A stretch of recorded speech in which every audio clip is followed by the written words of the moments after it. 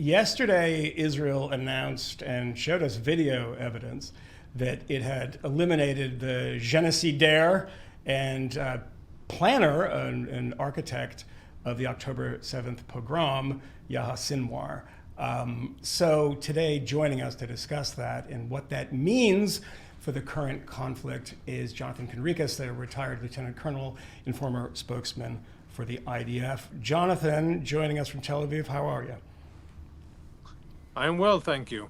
Thanks for having me. Can you just give us, I've heard a couple of people say, and I want to see your perspective, from a military perspective too, that this is a turning point in this war. These dominoes of falling of leaders from, Nasrallah, Haniya, and now Sinwar. What does this mean for Israel's war effort now?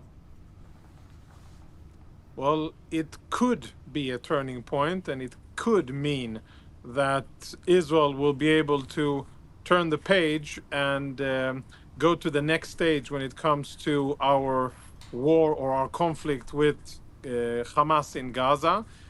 Currently, I think that depends on the decisions that the new old leadership of Hamas will make. Prime Minister Netanyahu made an offer both on the record, and it was done hours before that off the record through various liaison channels, which basically saying what we want to do, Israel, is to wrap this up.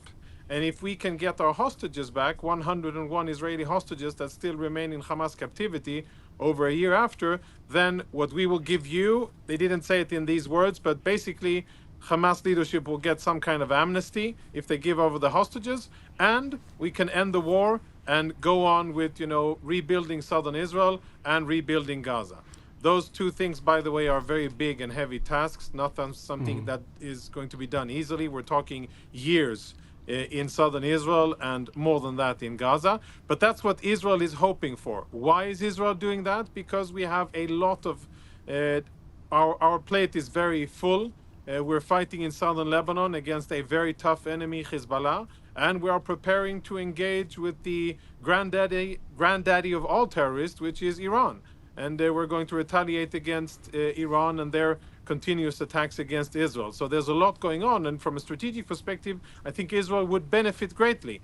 I also think that Gaza, Palestinians in Gaza would benefit greatly from ending this chapter and moving on.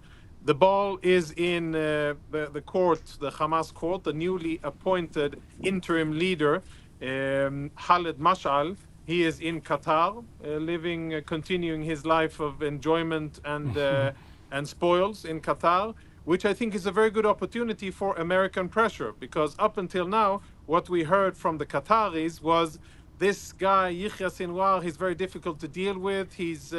We can't get hold of him, and therefore we haven't been able to broker a deal. Now there's another guy. He is virtually under your hands in Qatar, and now would be a great opportunity for American pressure and then Qatari pressure on Hamas, hopefully to get the hostages back and hopefully to turn the page. Yeah, well, maybe the Qataris were playing good terrorists, bad terrorists there a little bit with, I can't handle this Sinwar guy. He's the obstacle to peace. Jonathan, here's what I wanted to ask you. You have to give almost literally the devil his due in the case of Sinwar as the architect, not just of October 7th, but literally that tunnel network that proved so hard to penetrate and also killed so many Gazans. But from what I understand, he wasn't just a figurehead or a guy who planned something in the past. He was still operationally very important to Hamas. So was it the case that the IDF would find themselves thwarted? I want to know about from October 8th on. Were they thwarted at times and then had to say, well, Sinwar still got it. He's still somewhat of a genius commander. And by implication, taking him off the playing field will have extra implications about how much Israel and the IDF can advance without his knowledge and operational know-how. Yeah, you're very right about Sinwar's capabilities. And yes, I'll give credit to a horrible, vicious, and brutal psychopathic enemy of mine. Sinwar was very successful as a terrorist, as a mastermind, as a leader of a terrorist organization, as a visionary jihadi. This was his idea. This was his deception of Israeli decision makers and Israeli military intel.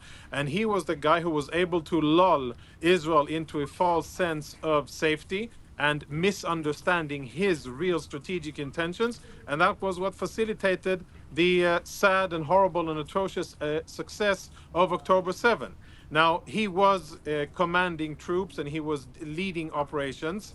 To a certain extent, I wouldn't picture him as the guy who was actually telling which brigade to do what. His position was above that. He had Muhammad Def to do that. He was the military commander. Muhammad Def was eliminated a few months ago successfully, and that put a serious dent in Hamas's capabilities to actually move troops around, to run logistics, and to do real running of operations. And then Yahya Sinwar, he was the level beyond that, the strategic level, and his main input was whether or not to go for a deal. He was the guy with ultimate power. And you know, Hamas used to be a very decentralized and agile military organization that didn't have one center of gravity that you could strike and therefore decapacitate, but it was very decentralized, and each of the brigades and the senior commanders, they had a lot of what in military terms we would call mission command. They had their own responsibility and authority. They had general strategic guidance, but they knew what the boss wanted, and they could carry on whether or not the boss was dead. Now, most of them are dead. The boss is dead, and therefore Hamas is in a serious problem when it comes to actually conducting operations.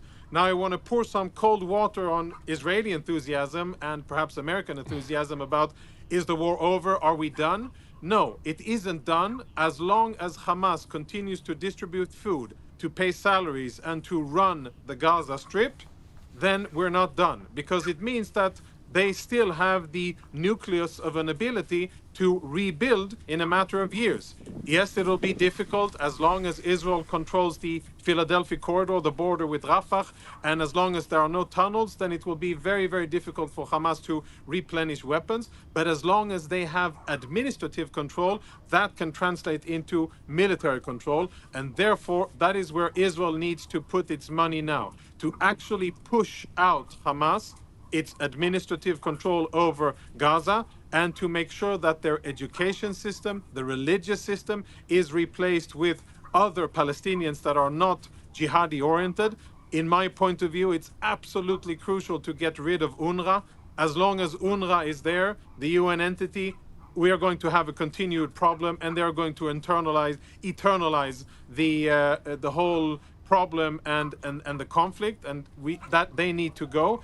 But I think that we've definitely done a step forward. There's good opportunities to turn the page and to start something positive for the people there. But I'm not sure that Hamas will take that deal.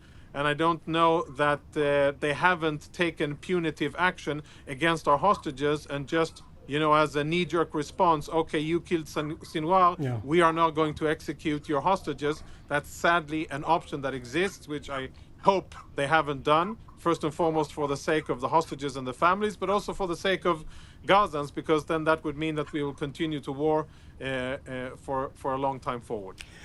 Jonathan, I want to have you back so badly because I need about 45 more minutes with you because I have about 1 million more questions. But Jonathan, taxi yatamika for being here from Tel Aviv. Thank you. I'm happy to come back anytime, and I'm a big fan of what you guys do at the Free Press. That's Brilliant. exactly what we like to hear. Thank you, So Jonathan. that means he'll be That means invited you'll be back. Yeah.